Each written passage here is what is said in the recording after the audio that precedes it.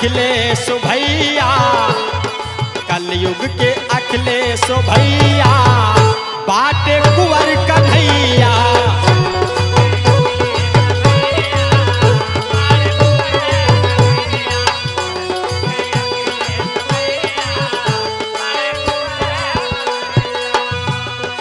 अखिलेश जैसा नहीं कोई है नेता,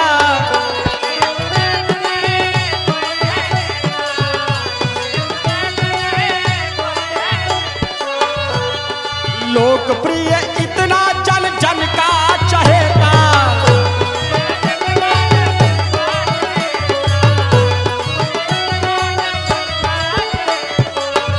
अरे गावे विपक्षी बड़ैया, बाटे कुंवर कन्हैया।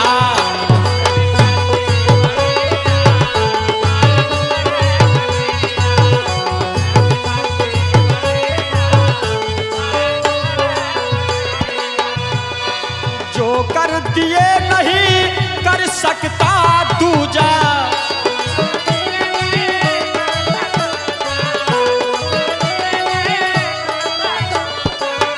अखिलेश का नाम दुनिया में गूंजा।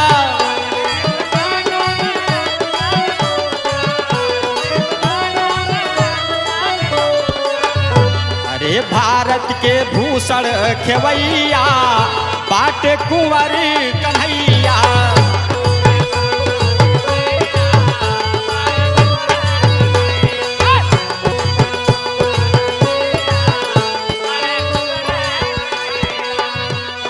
कामकाज शैली से जनता के दिल में,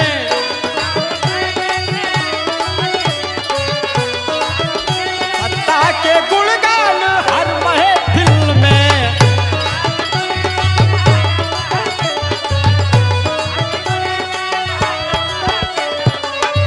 हमो दर्द सब कर सहाइया, बाटे कुंवर कन्हैया।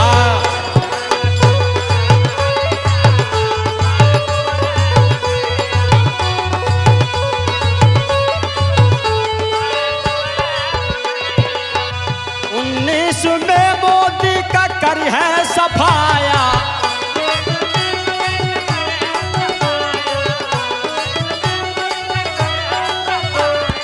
यूपी में गठबंधन धूम है मचाया।